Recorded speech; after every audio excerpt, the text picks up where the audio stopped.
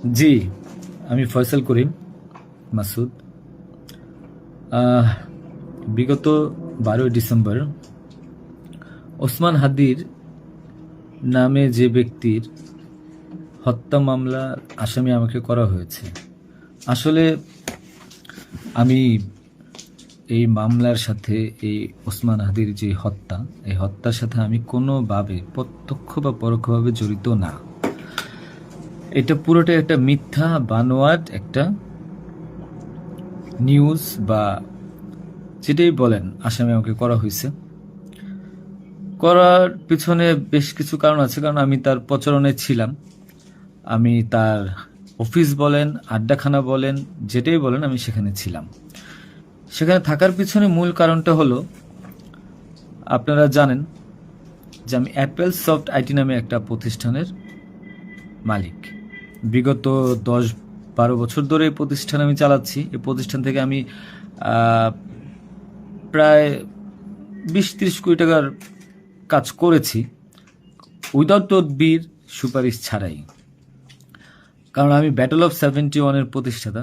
Battle of 71-এর মতো একটি game বানিয়ে আমি বাংলাদেশে জাতীয় পুরস্কারও পেয়েছি। আমি সফটওয়্যার ইঞ্জিনিয়ার, আমি এমবিএও করেছি।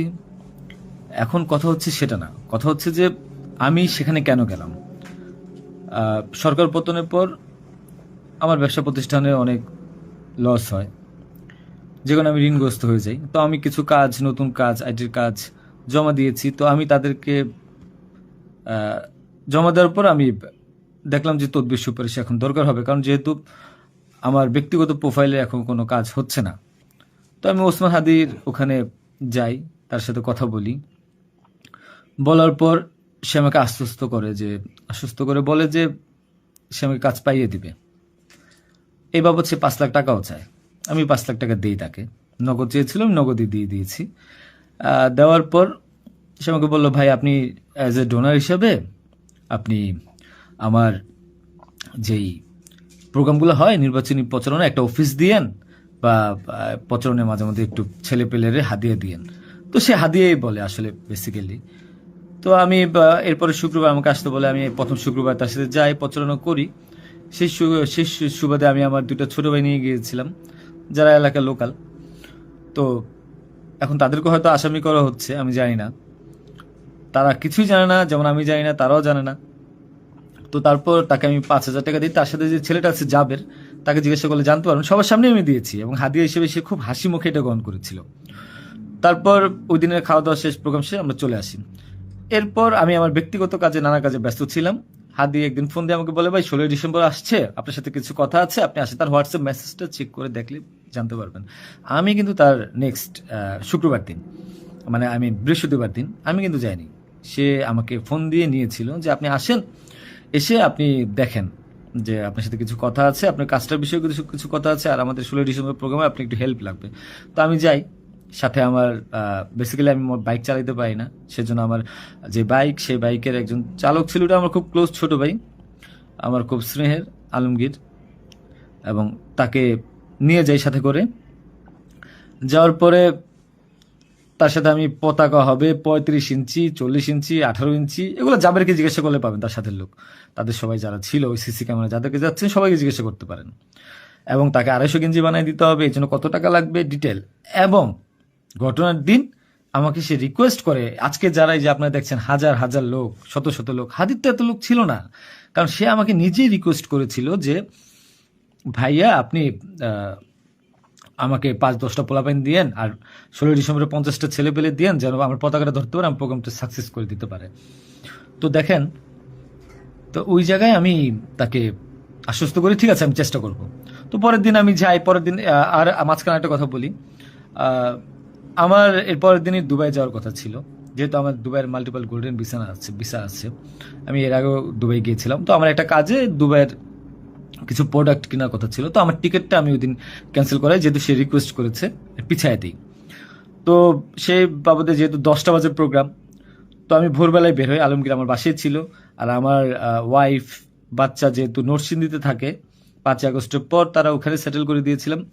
তো থাকার পর সুবাদে আমি আমার বোনের বাসায় উঠেছিলাম। আমি কিন্তু অন্য কোথাও যাইনি, বোনের বাসায় উঠেছিলাম ওদিন রাতে। তো ওই বাইক নিয়ে যাই, যেহেতু বাইকটা আমি কিনেছি। তো এর নাম রেজিস্ট্রেশন হয়নি। তো আলমগীর বাইকটা চালায়, আলমগীর নিয়ে যাই। তো ভোরবেলা আমরা একটা উবার ডেকে আমরা একটা রিসোর্টে যাই, এটাও সত্য।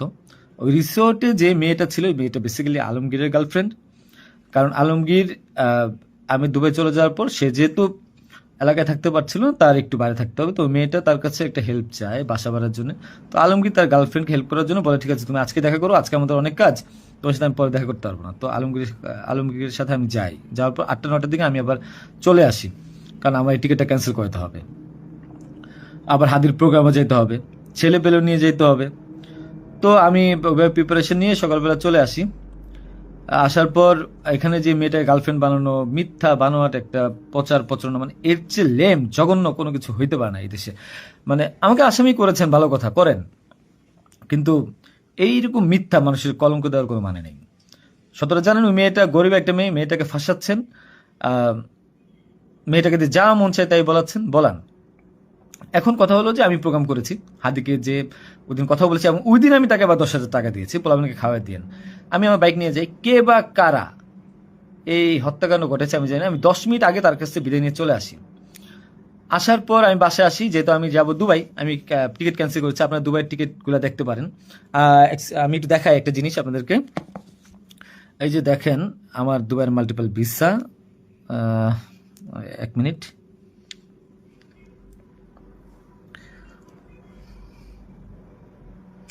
এই যে দেখেন আমার দুবাইয়ের মাল্টিপল ভিসা। হ্যাঁ, ওকে। আমি এখান থেকে ক্যামেরা যেহেতু দেখা যায় না, আমি এখান থেকে দেখাই। এই যে দুবাইয়ের মাল্টিপল ভিসা আমার স্পষ্ট আছে, দেখেন। ঠিক আছে, দেখেন।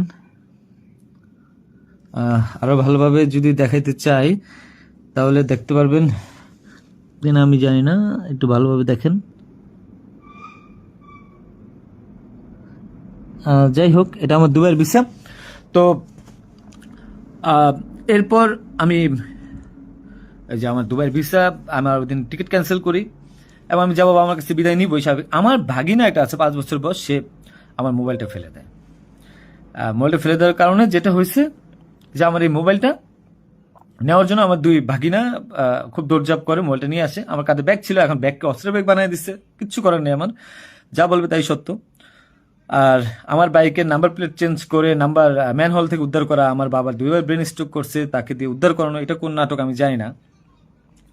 তো তারপর এই তো বাইক উদ্ধার দেখলাম, এগুলা দেখলাম, এরপর আমি বিদায় নিয়ে চলে আসি।